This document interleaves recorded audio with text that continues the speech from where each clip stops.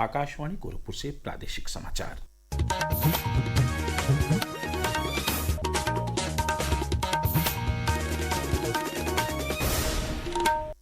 नमस्कार।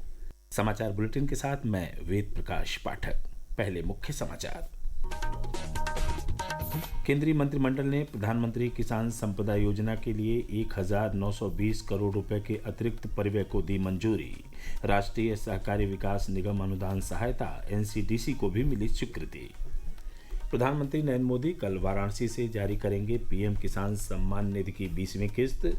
2200 करोड़ रुपए की विकास परियोजनाओं का करेंगे लोकार्पण और शिलान्यास। मुख्यमंत्री ने चित्रकूट में महाकवि गोस्वामी तुलसीदास की जयंती में लिया हिस्सा। कहा, चित्रकूट को विरासत के साथ विकास से जोड़ रही है सरकार। और बेसिक शिक्षा मंत्री संदीप सिंह ने विद्यालयों की विलय प्रक्रिया को छात्रों के हित में बताया। कहा, शिक्षा की गुणवत्ता बढ़ाने के उद्देश्य से हो रहा है यह कार्य। अब समाचार विस्तार से।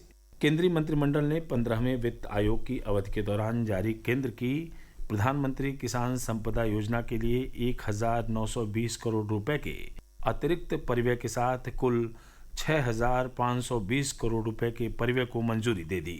कल नई दिल्ली में सूचना और प्रसारण मंत्री अश्विनी वैष्णव ने यह जानकारी दी। साइंटिफिक तरीके अपनाने से किसानों की इनकम में सुधार आता है। इसीलिए जरूरी है कि इंटरनेशनल स्टैंडर्ड्स पे एक्सपोर्ट्स को बढ़ावा देने के लिए फूड टेस्टिंग लैब्स की स्थापना की जाए। फैसले में ओवरऑल आउटले बढ़ाया गया टू 6520 करोड़ रुपीस और उसमें से 1000 करोड़ स्पेसिफिकली रखा गया 50 irradiation units and 100 food testing labs के। मंत्रिमंडल ने वर्ष 2025-26 से 2028-29 तक 4 वर्षों की अवधि के लिए 2000 करोड़ रुपए के परिव्यय के साथ केंद्रीय योजना राष्ट्रीय सहकारी विकास निगम अनुदान सहायता एनसीडीसी को भी मंजूरी दे दी। केंद्रीय मंत्रिमंडल द्वारा लिए गए फैसलों का मुख्यमंत्री योगी आदित्यनाथ ने स्वागत किया है। एक सोशल मीडिया पोस्ट में उन्होंने प्रधानमंत्री का आभार जताया। कैबिनेट के फैसलों पर प्रदेश के किसानों ने भी प्रसन्नता व्यक्त की है। वाराणसी के बाबतपुर क्षेत्र में रहने वाले किसान गुलाब सिंह ने केंद्रीय मंत्रिमंडल के फैसलों के लिए केंद्र सरकार का आभार जताया। केंद्रीय मंत्रिमंडल ने कृषि प्रसंस्करण पर जो बजट बढ़ाने का प्रावधान किया है, इससे निश्चित रूप से कृषि उत्पादों को बढ़ावा मिलने की उम्मीद है। जब कृषि उत्पादन को बढ़ावा मिलेगा तो यह किसानों के लिए भी काफी फायदेमंद होगा। इसके लिए केंद्र सरकार का आभार व्यक्त करते हैं। प्रधानमंत्री नरेंद्र मोदी कल वाराणसी दौरे पर आएंगे। वह वाराणसी में करीब 2200 करोड़ रुपए लागत की कई विकास परियोजनाओं का शिलान्यास और उद्घाटन करेंगे। इस अवसर पर वह 9 करोड़ 70 लाख से अधिक किसानों को 20,500 करोड़ रुपए से अधिक की राशि की प्रधानमंत्री किसान सम्मान निधि योजना की 20वीं किस्त भी जारी करेंगे। केंद्रीय पेट्रोलियम और प्राकृतिक गैस राज्य मंत्री सुरेश गोपी ने कहा है कि ट्रक चालकों की सुरक्षा और कल्याण को बढ़ाने के उद्देश्य से सरकार ने ट्रक चालकों की लंबी दूरी की यात्रा को बेहतर बनाने के लिए अपना घर पहल शुरू की है। लोकसभा में उन्होंने बताया कि इस वर्ष 1 जुलाई तक सार्वजनिक क्षेत्र की तेल विपणन कंपनियों ने देश भर में राजमार्गों के किनारे खुदरा दुकानों पर कुल 368 अपना घर विश्राम सुविधाएं स्थापित की हैं। 1989 बैच के आईएएस अधिकारी शशि प्रकाश गोयल को प्रदेश का नया मुख्य सचिव बनाया गया है। उन्होंने मनोज कुमार सिंह के सेवानिवृत्त होने के बाद कल पदभार ग्रहण कर लिया। कार्यभार ग्रहण करने के बाद नवागत मुख्य सचिव ने अपनी प्राथमिकताएं गिनाई और कहा कि प्रदेश की जीरो टॉलरेंस, जीरो करप्शन, औद्योगिक विकास और आर्थिक विकास की नीतियों को धरातल पर उतारने पर उनका विशेष जोर रहेगा। आईआईटी कानपुर के इलेक्ट्रिकल इंजीनियरिंग विभाग के आचार्य प्रोफेसर अजीत कुमार चतुर्वेदी काशी हिंदू विश्वविद्यालय के नए कुलपति बनाए गए हैं। वह आईआईटी बीएचयू में बतौर शिक्षक पहले सेवा दे चुके हैं। प्रोफेसर चतुर्वेदी काशी हिंदू विश्वविद्यालय के 29वें कुलपति होंगे। प्रादेशिक समाचार आप आकाशवाणी गोरखपुर से सुन रहे हैं। यह समाचार बुलेटिन हमारे YouTube channel AIR news Gorakhpur और एक्स हैंडल AIR न्यूज़_GKP पर भी उपलब्ध है। मुख्यमंत्री योगी आदित्यनाथ कल चित्रकूट में महाकवि गोस्वामी तुलसीदास जयंती पर आयोजित कार्यक्रम में शामिल हुए। इस अवसर पर उन्होंने गोस्वामी तुलसीदास की प्रतिमा का अनावरण और पौधारोपण किया। मुख्यमंत्री ने कहा कि प्रधानमंत्री नरेंद्र मोदी के मार्गदर्शन में चित्रकूट को विरासत के साथ विकास से जोड़ने का कार्य प्रारंभ हो चुका है।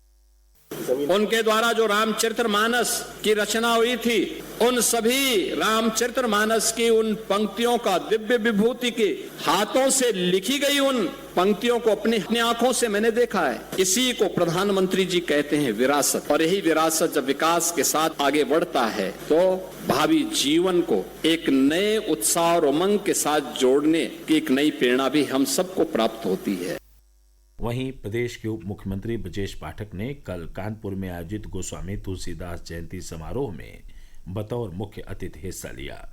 इस अवसर पर उन्होंने कानपुर विश्वविद्यालय परिसर में गोस्वामी तुलसीदास की प्रतिमा का अनावरण भी किया।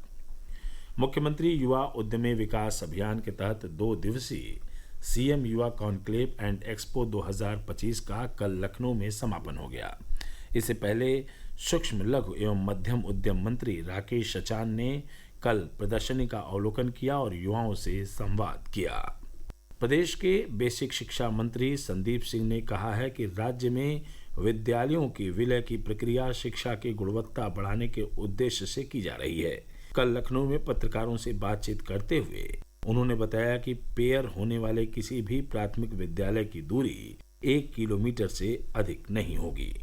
सबसे पहले हमारी प्राथमिकता थी कि सबसे कम छात्र वाले जो विद्यालय हैं और उसके पास में अधिकतम दूरी को तय किया गया है 1 किलोमीटर। 1 किलोमीटर से अधिक की दूरी का कोई भी विद्यालय आपस में मर्ज नहीं किया जाएगा। इसको निर्णय लेकर के और सभी जनपदों में इसकी जानकारी निर्देशित कर दिया गया है। हम सब लोग लगातार इसको सुनिश्चित कर रहे हैं कि कम छात्रों वाले विद्यालयों को, कम संसाधन वाले विद्यालयों को ही मर्ज करके हम उन विद्यालयों में मर्ज करें जहां पे अधिक संसाधन उपलब्ध हैं। बेसिक शिक्षा मंत्री ने कहा कि पेयरिंग का मतलब किसी भी विद्यालय को बंद करना नहीं है, न ही कोई पद कम अथवा समाप्त किया जा रहा है।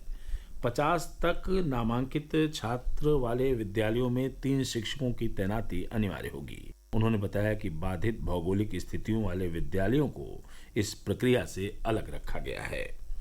उत्तर प्रदेश पुलिस में भर्ती होने के लिए कल से 1 टाइम रजिस्ट्रेशन OTR प्रणाली को लागू कर दिया गया। यह जानकारी उत्तर प्रदेश पुलिस भर्ती एवं प्रोन्नति बोर्ड की तरफ से दी गई। बोर्ड के अनुसार OTR प्रक्रिया पूरी करने के लिए आधिकारिक वेबसाइट uppbpb.gov.in पर लॉगिन करना होगा। अगर किसी भी अभ्यर्थी को OTR पंजीकरण में कोई परेशानी होती है तो हेल्पलाइन नंबर 1800-911-0005 पर सुबह 10 बजे से शाम 7 बजे तक संपर्क किया जा सकता है। प्रदेश के अधिकांश जिलों में बीते 4 दिन से बादल छाए हुए हैं और रुक रुक कर गरज चमक के साथ वर्षा का सिलसिला जारी है। कुछ स्थानों पर हल्की से मध्यम तो कुछ स्थानों पर मध्यम से भारी वर्षा रिकॉर्ड की गई है। वर्षा के चलते तापमान नियंत्रित है और लोगों को गर्मी से राहत मिली है। हालांकि कुछ स्थानों पर जल जमाव के चलते जनजीवन प्रभावित हुआ है। मौसम विभाग के अनुसार वर्षा की वायुमंडलीय परिस्थितियां बनी हुई हैं, इसलिए अगले 3 से 4 दिन तक रुक रुक कर वर्षा का क्रम जारी रहेगा। उधर बारिश के चलते नदियों का जलस्तर बढ़ गया है। बलिया में गंगा नदी, औरैया, कालपी और हमीरपुर में यमुना नदी खतरे के निशान से ऊपर बह रही हैं। और अंत में इस बुलेटिन के मुख्य समाचार एक बार फिर। केंद्रीय मंत्रिमंडल ने प्रधानमंत्री किसान संपदा योजना के लिए 1920 करोड़ रुपए के अतिरिक्त परिव्यय को दी मंजूरी। राष्ट्रीय सहकारी विकास निगम अनुदान सहायता NCDC को भी मिली स्वीकृति। प्रधानमंत्री नरेंद्र मोदी कल वाराणसी से जारी करेंगे PM किसान सम्मान निधि की 20वीं किस्त। 2200 करोड़ रुपए की विकास परियोजनाओं का करेंगे लोकार्पण और शिलान्यास। मुख्यमंत्री ने चित्रकूट में महाकवि गोस्वामी तुलसीदास की जयंती में लिया हिस्सा। कहा, चित्रकूट को विरासत के साथ विकास से जोड़ रही है सरकार। और बेसिक शिक्षा मंत्री संदीप सिंह ने विद्यालयों की विलय प्रक्रिया को छात्रों के हित में बताया। कहा, शिक्षा की गुणवत्ता बढ़ाने के उद्देश्य से हो रहा है यह कार्य। समाचार समाप्त हुए। नमस्कार।